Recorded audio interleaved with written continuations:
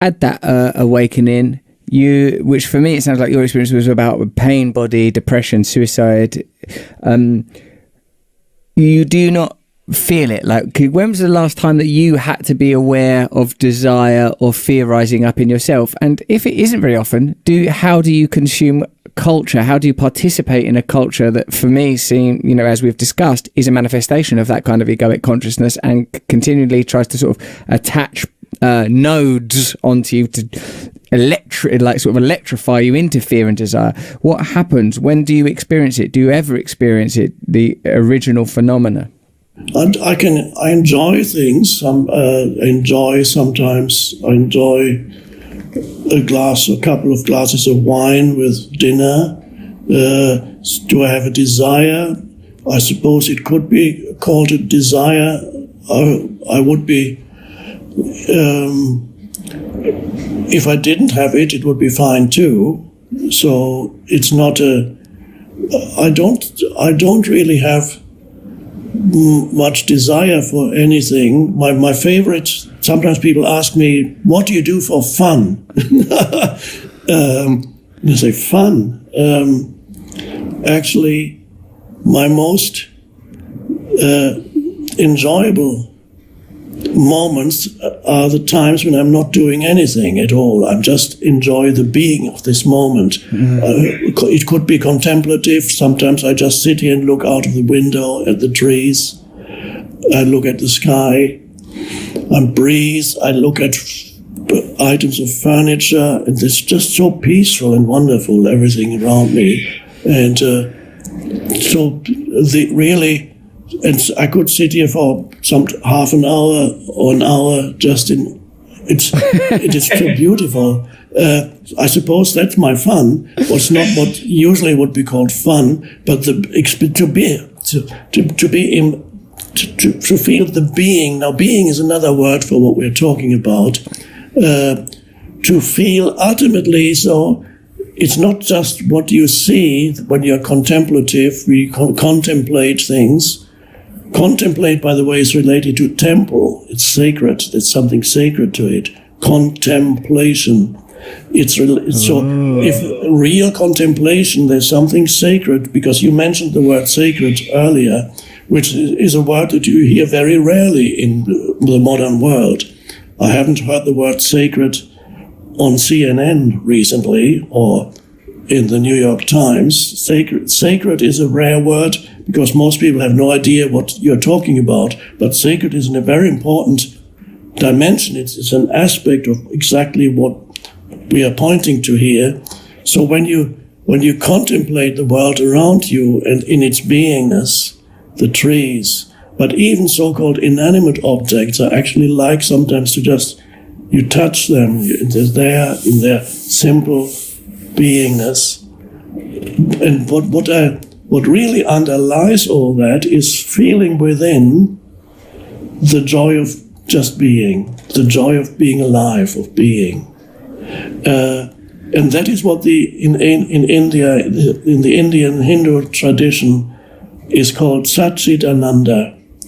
Satchitananda are three words that are strung together as if were one word. Sat means being, Chit means consciousness, and Ananda means bliss. So if you string these together, being, consciousness, bliss is a single thing or no thing to realize. So when you are in that state of Satchitananda, it's a simple realization that you are the beingness of you. But when I say you, it goes far beyond what you think of yourself as a person. You have transcended who you are as a person, because your personal history is totally irrelevant. You can whether you sit on your private jet or in a prison cell, you can sense Satchitananda within yourself.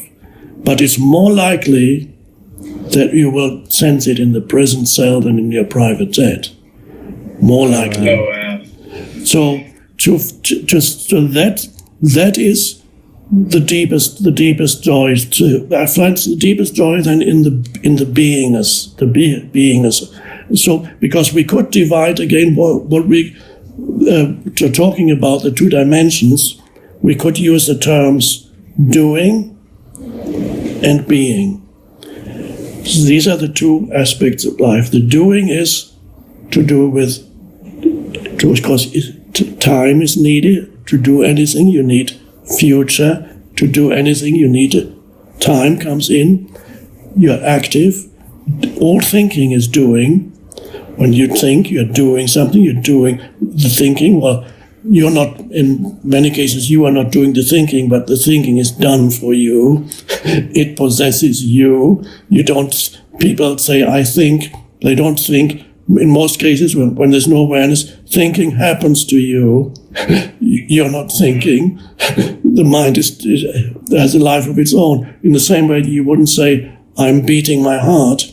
The heartbeat is happening to you. But this is also true in the absence of awareness. You are just possessed by the thinking mind. It does what it wants to do, and you think you are it. So that's just an aside.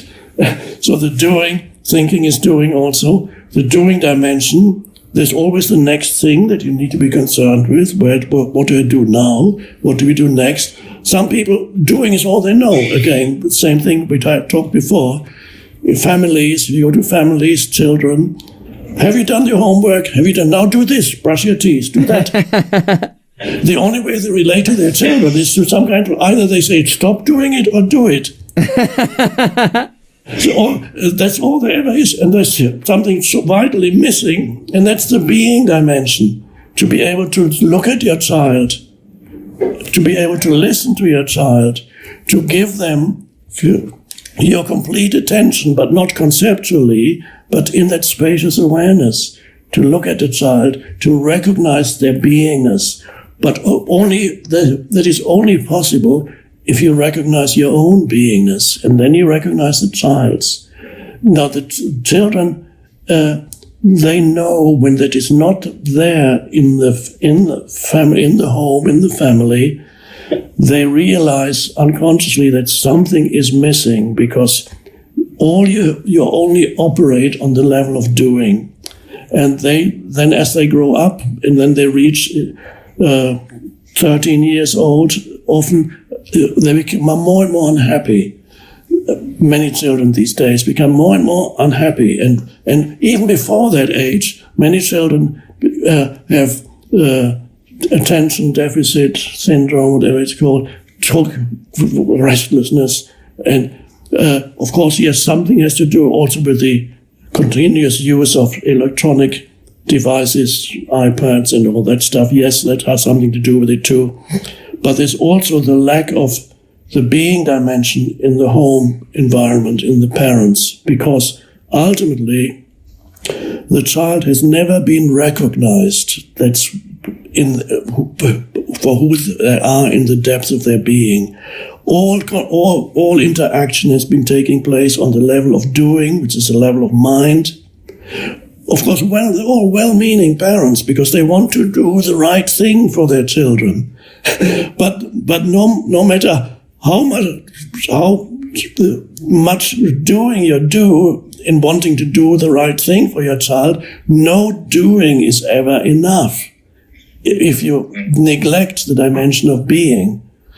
So that's essential. The two worlds, we need to have one foot in the world of doing and one foot in the world of being.